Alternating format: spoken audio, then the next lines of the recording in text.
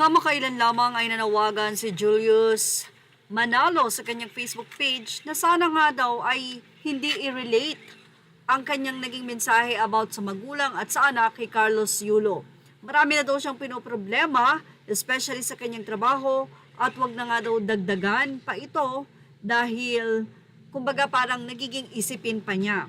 Siyempre alam naman natin ang mga tao, pero say naman ng mga nagkomento na ihahalin tulad lang sa'yo, pero for sure hindi naman nila ikinukumpara. Ibig sabihin, ang yung naging pagbabahagi ay nakaka-relate kasi sa nangyayari ngayon kay Carlos at Chloe.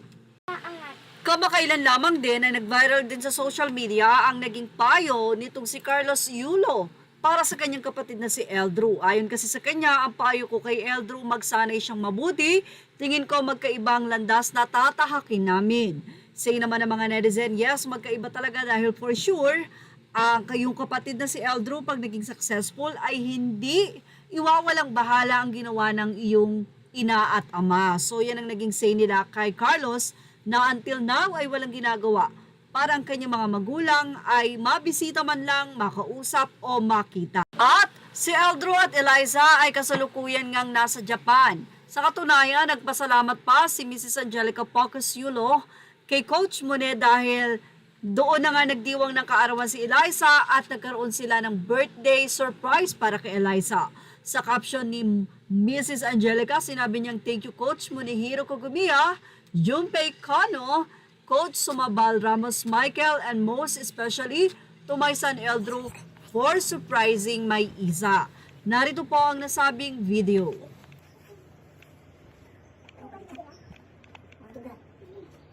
Patay. Ano yan?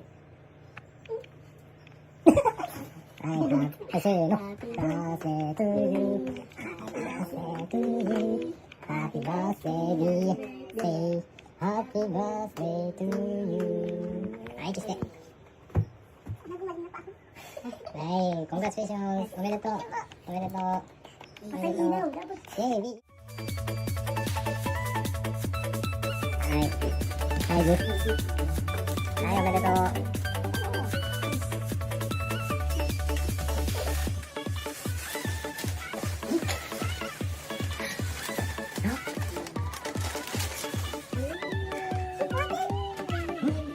What is that? Does she like it? She loves it. Oh, talaga? Sugoy ne. Sugoy ne. Sugoy ne.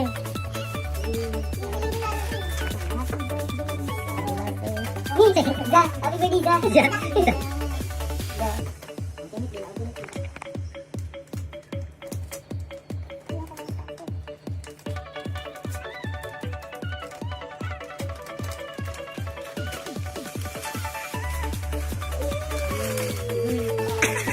You like it?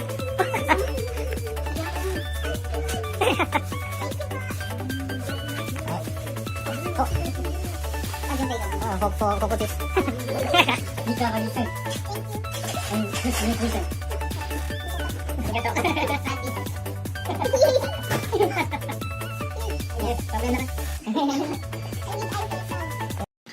At yan ang ating Showbiz Snap update. Thank you for watching. Images are all credit to the rightful owners. Please like, share, and subscribe.